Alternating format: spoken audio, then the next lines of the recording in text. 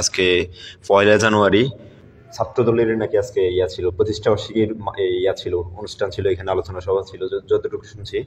তো জোহরের নামাজের সময় নাকি হওয়ার পরে এখানে মুয়াজ্জিনকে আজান দিতে হয়নি, আজান দিতে দেয় নাই। বিষয়টা আসলে কতটুকু সত্যতা, অথবা আপনি কোথায় ছিলেন, অথবা একটু যদি বিশ্লেষণ করে বলতেন।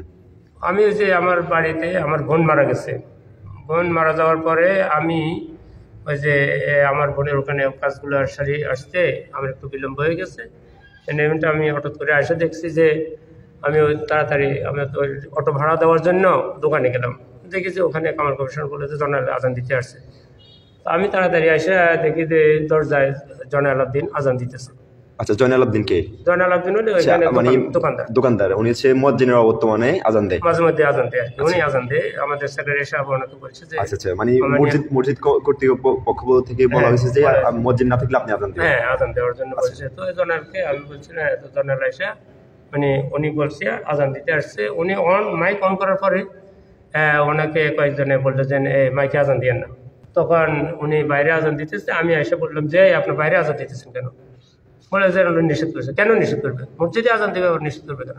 আচ্ছা, মানে আপনি মুয়াজ্জিন হিসেবে আপনার প্রতিক্রিয়া ব্যক্ত করছেন। হ্যাঁ, ব্যর্থ করছেন। তখন আমি এসে দেখলাম, তখন আমি মাইকে ঘোষণা দিয়ে দিলাম যে আপনারা 1:15 জামাত হবে, আপনারা যারা আছেন বাইরে আজান হয়ে গেছে, আপনারা নামাজ পড়তে আসেন।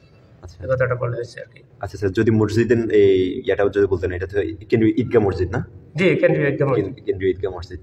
জি, কেন্দ্রীয় ঈদগাহ মসজিদ, চট্টগ্রাম কেন্দ্রীয় ঈদগাহ মসজিদ। আচ্ছা, কেন্দ্রীয় ঈদগাহ মসজিদ। আরেকটা বিষয় বলছিলেন যে এখানে মসজিদের গেটের সামনে তো তারা স্টেজ করছে, স্টেজটা এখন বাঁশ দিয়ে আবার ব্যারিকেড দিয়েছে, চেয়ার দিয়ে রাখছে।